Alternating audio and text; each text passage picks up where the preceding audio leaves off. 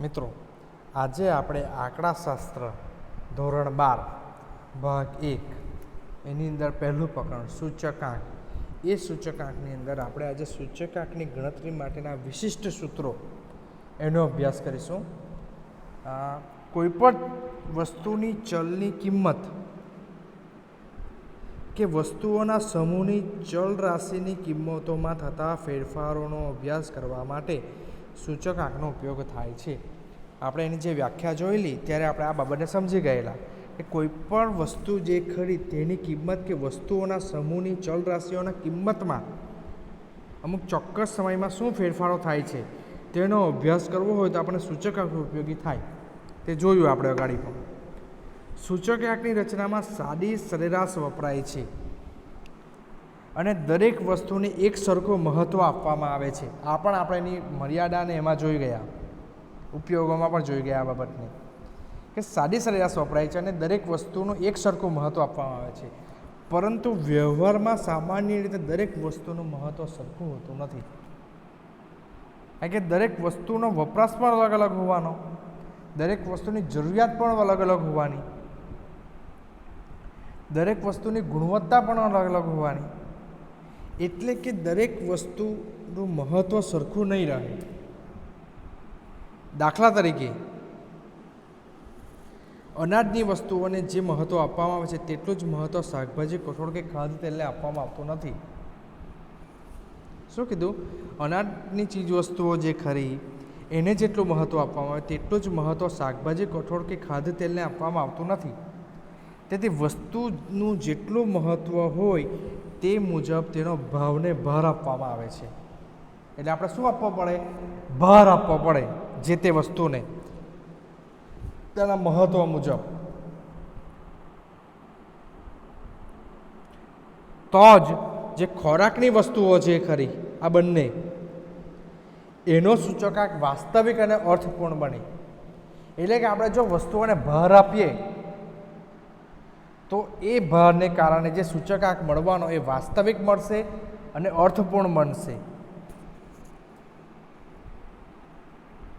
હવે જે સૂચકાંકની રચના છે તેમાં વસ્તુના જે ભાર અપાય છે એ સામાન્ય રીતે વપરાશનો જથ્થો એટલે કે ક્યુ, ક્વોન્ટિટી ને આધારે નક્કી કરવામાં આવે છે. જોઈએ તો એ જે ખરું ભાર આપવાનો, તો એમાંની પહેલી રીત છે ભારિત સરેરાશની રીત. ભારિત સરેરાશની રીતે સૂચકાંક. વ્યવહારમાં સામાન્ય રીતે દરેક વસ્તુનું મહત્ત્વ જુદું જુદું હોય છે, આપણે જોઈ ગયા અત્યારે જ. અને જે વસ્તુનું જેટલું મહત્ત્વ હોય તે મુજબ તેનો ભાર આપવામાં આવે છે. ને એથી એ સૂચકાંક અર્થપૂર્ણ બને અને વાસ્તવિક બને. સૂત્ર શું છે? તો સિગ્મા IW છેદમાં સિગ્મા W. સૂચકાંક બરાબર સિગ્મા IW છેદમાં સિગ્મા W. અહીં મેં લખ્યું જ છે રાઉન્ડ કરીને, તમે જોઈ શકો પીળા કલરના રાઉન્ડમાં. હવે એની અંદરનો જે આ I છે એ શું છે?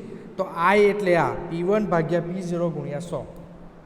અથવા તો આપણને સૂચકાંક આપી દીધો તો સૂચકાંક લેવાનો, અથવા તો ભાવ સાપેક્ષ ટકાવારી જો દાખલામાં આપેલી હોય તો તેને આપણે I તરીકે લઈ શકીએ.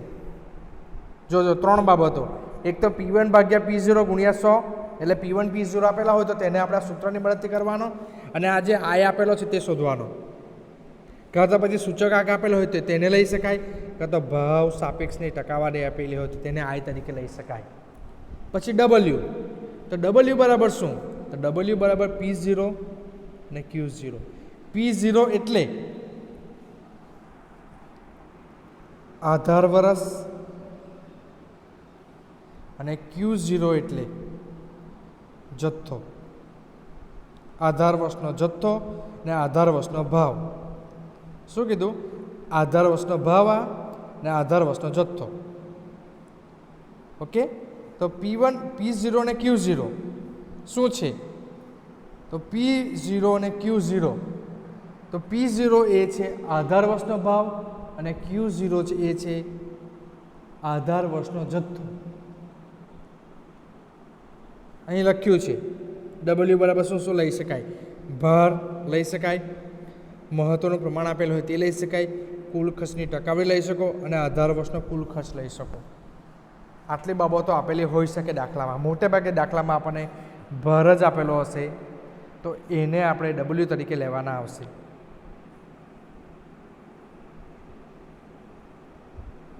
આગળ વધીએ. સૂત્ર યાદ રાખજો, આઈ બરાબર સિગ્મા આઈ ડબલ્યુ ભાગ્યા સિગ્મા ડબલ્યુ.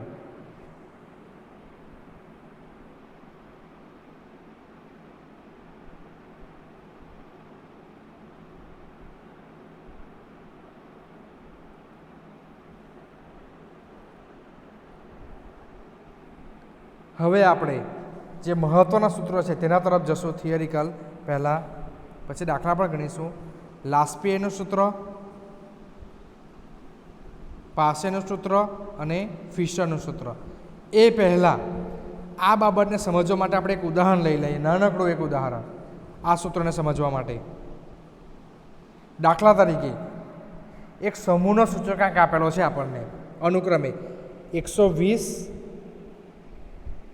150 અને 300. આપણને શું આપ્યો? એક સમૂહનો સૂચકાંક. એટલે આપણને શું આપી દીધું? સૂચકાંક આપી દીધું. એટલે શું આપ્યું? આયરો આઈ. એટલે આપણને આઈ આપેલો છે. હવે તેનો ભાર આપેલો છે. ભાર એટલે શું? આ. તો ભાર એટલે ડબલ્યુ. તો આપણને ડબલ્યુ આપેલો છે.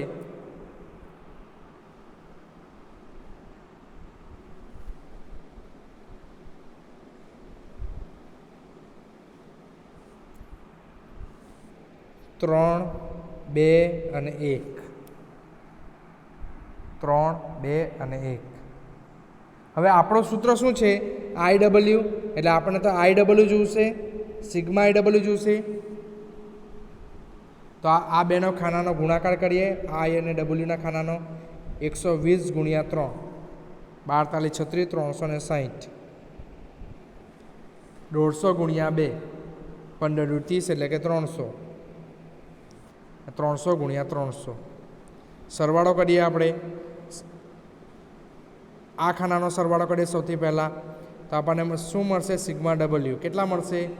6. અને આઈ ડબલ્યુનો સરવાળો કરીએ કેટલા મળશે? 300, 300, 600, 300, 900, 960 મળ્યા. હવે આપણે સૂત્રમાં રાખા મૂકીએ.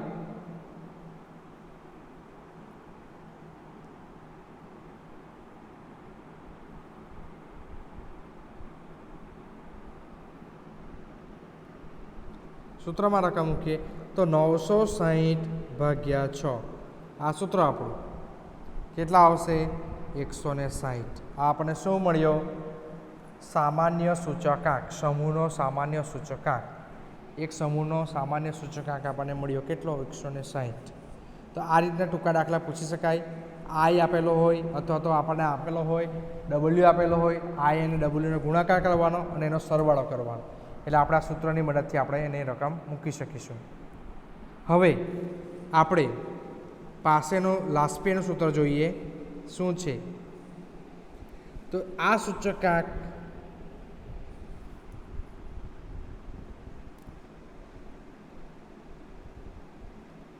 શોધવાની આ પદ્ધતિ લાસ્પે દ્વારા અપનાવવામાં આવેલી છે.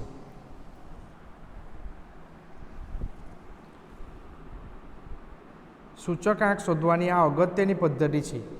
આ પદ્ધતિમાં વસ્તુનો આધાર વર્ષના ભાવને P0 અને જથ્થાને Q0 વડે દર્શાવાય છે. ફરીથી ધ્યાનથી સાંભળજો. લાસ્પેરે આ પદ્ધતિ શોધેલી એટલા માટે આનું નામ લાસ્પેનું સૂત્ર કહેવાય. આ એક અગત્યની પદ્ધતિ છે. આ પદ્ધતિમાં શું હોય? તો આ પદ્ધતિમાં આધાર વર્ષનો ભાવ હોય અને જથ્થો હોય. એટલે કે P0 અને Q0 હોય. આધાર વર્ષનો ભાવ અને આધાર વર્ષનો જથ્થો. વસ્તુનો ચાલુ વર્ષના ભાવને P1 વડે દર્શાવાય અને ભાવ સાપેક્ષ P1 ભાગ્યા P0 ને ખર્ચ P0 Q0 જેટલો ભાર આપવામાં આવે છે. એટલે આ રીતે મળતા ભારિત સરેરાશ સૂત્રને લાસ્પીયરના સૂચકાંકનું સૂત્ર કહેવાય. આ રીતે જે મળે આપણને એ ભારિત સરેરાશ સૂત્ર લાસ્પીયરનું સૂચકાંકનું સૂત્ર કહેવાય, જેને સંકેતમાં આ પૂછી શકાય IL. તમે જોઈ શકો I જે છે તેની નીચેના ભાગે L લખેલો છે, IL. બરાબર, L લાસ્પીયરનો L લેવામાં આવ્યો છે. બરાબર, તો સૂત્ર IL બરાબર સિગ્મા P1 છેદમાં P0 ગુણ્યા P0 Q0 છેદમાં સિગ્મા P0 Q0 ગુણ્યા 100. એનું સાદું રૂપ આપ્યું છે અને આપણે છેલ્લે આ જે સૂત્ર મળ્યું આ સૂત્ર મેઇન છે, કારણ કે આ સૂત્ર આપણે દાખલામાં લખીશું. દાખલો જ્યારે પૂછાશે ત્યારે સિગ્મા P1 Q0 છેદમાં સિગ્મા P0 Q0 ગુણ્યા 100. હવે યાદ કેવી રીતે રાખવું આ સૂત્રને? તો એક શોર્ટકટ રીત છે, 1000 આંકડો યાદ રાખવાનો લાસ્પેર માટે. કેટલા? 1000. પછી શું કરવાનું? તો 10 0 0 લખી દેવાના. પછી શું કરવાનું? તો અહીં PQ સિગ્મા સિગ્મા થઈ ગયું સૂત્ર આપણું. Sigma P1 Q0 sigma P0 Q0 ગુણ્યા 100. એટલે આપણે શું યાદ રાખવું પડશે? આ 1000નો આંકડો યાદ રાખવો પડશે, તો આપણને વાંધો નહીં આવશે સૂત્રો યાદ રાખવામાં. બીજા સૂત્ર તરફ આગળ વધીએ. પાસેનું સૂત્ર.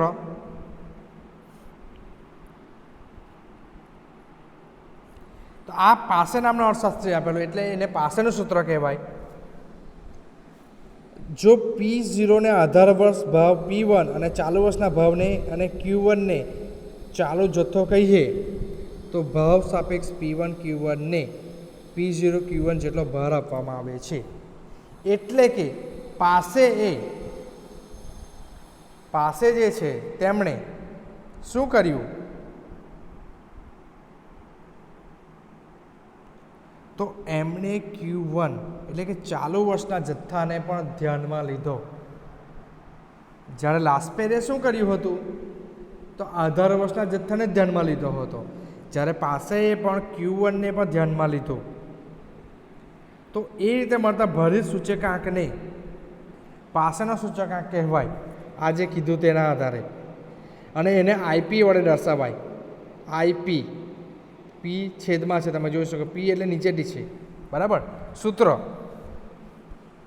સિગ્મા P1 છેદમાં P0 ગુણ્યા P0 Q1 છેદમાં સિગ્મા P0 Q1 ગુણ્યા 100.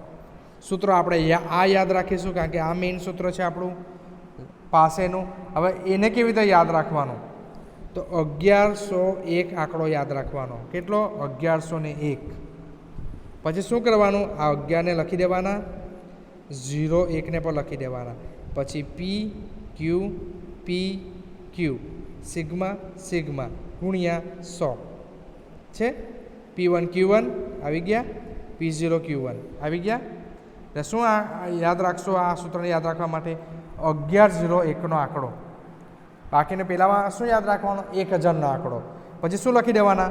PQ ને સિગ્માનું ચિહ્ન કરી દેવાનું અને ગુણ્યા 100.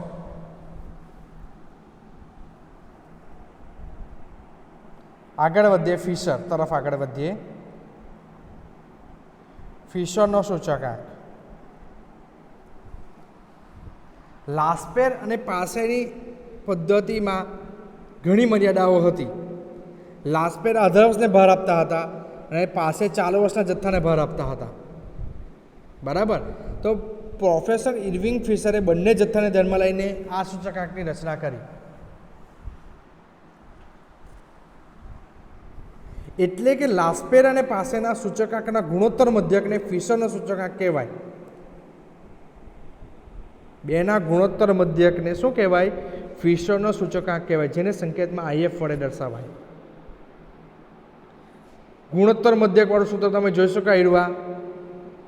IF બરાબર વર્ગમૂળમાં IL એટલે કે લાસ્પેરનો સૂચકાંક ગુણ્યા IP એટલે પાસેનો સૂચકાંક.